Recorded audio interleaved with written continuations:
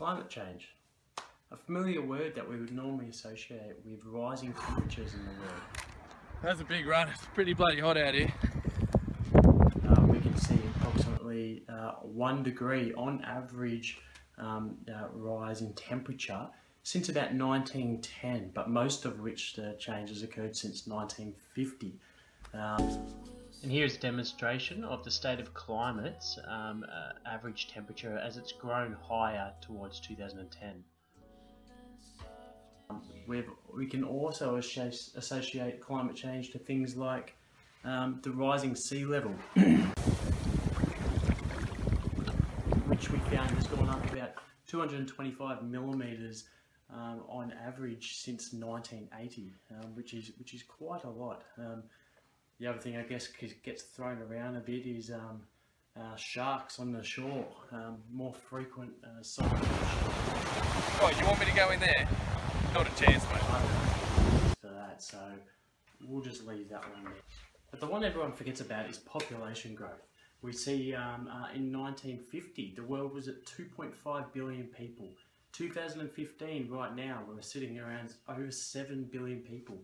The United Nations actually predict that by 2100 we'll be around 11 billion people, and that could reach a maximum of 16 billion people.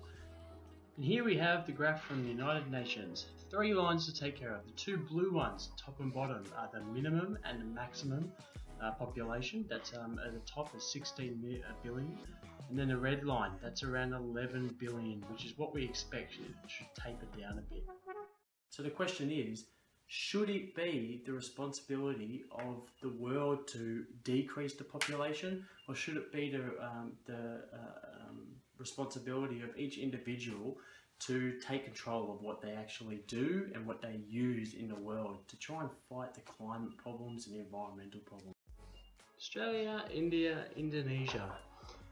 It's not the scale, but it gives you a bit of an idea of how large the countries are. It's pretty close.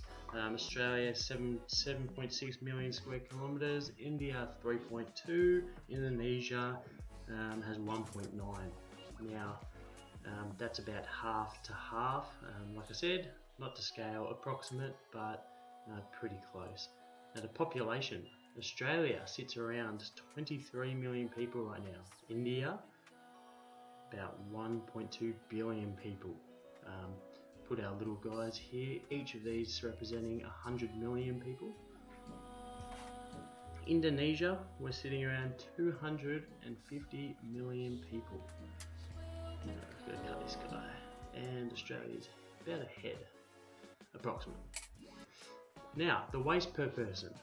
Australia, we have, well, we'll go to India first. India has about 60 kilos of waste going to a landfill per person in a year. Now that seems quite small. I'll explain a bit in a bit. Indonesia sitting around about 260 kilos per year going to landfill per person. And Australia, well, nowhere near that. They've got more people.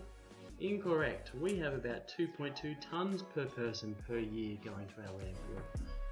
I don't even know how many garbage bags there are there, but just to that little person.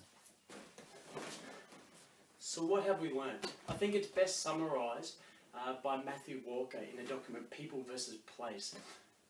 He stated there can be no doubt that increasing population is going to have a direct impact on the environment.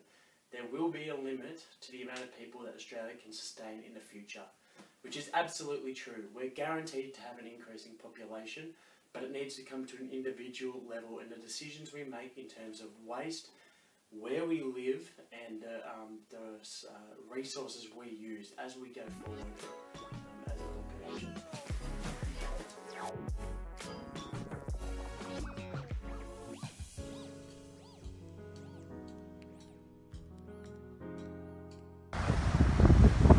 It's mighty hot out here.